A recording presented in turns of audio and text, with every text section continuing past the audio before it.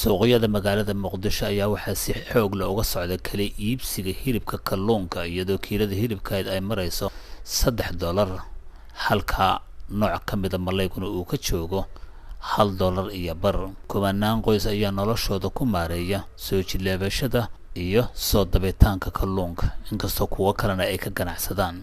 Sidoo kale kuma eka kalluunku in laga isticmaalo gudaha magaalada Muqdisho, balse waxaa loo dhoofiyaa dhanka goboladiisa iyo weliba dibadiisaba, sida uu noo sharaxayo Cabbaas Maxamed Cabdulqaadir. kiiladii waxaan gadoonaa $1 iyo bar, yumbigina kiiladii $3 aan gadoonaa.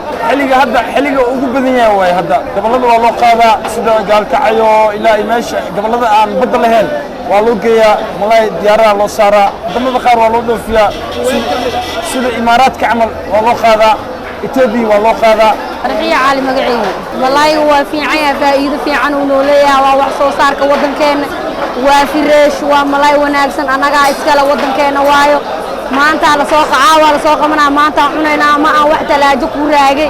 dhererka xeebta Soomaaliya ayaa lagu qiyaasaa inay gaarayso 3,333 kiiloomitir, taasoo ay dhex eegaagaan khayraad kala gedisan haba u badnaata kalluunka iyo shidaalka. dhowaan ayay ahayd markii dowladda Kenya ay sheegatay qayb ka mid ah badda Soomaaliya, balse aakhirkii ay ku guuldareysatay kadib markii maxkamadda ICJ ay u xukuntay milkiile u leedahay qaybta ay Kenya sheegatay dowladda Soomaaliya. warkan iyo warar kale oo xiiso badan waxaad ka bogan doontaa channelka yaga Runta TV oo had iyo goor ku soo gudbin doona warar sugan oo xaqiiqo ah.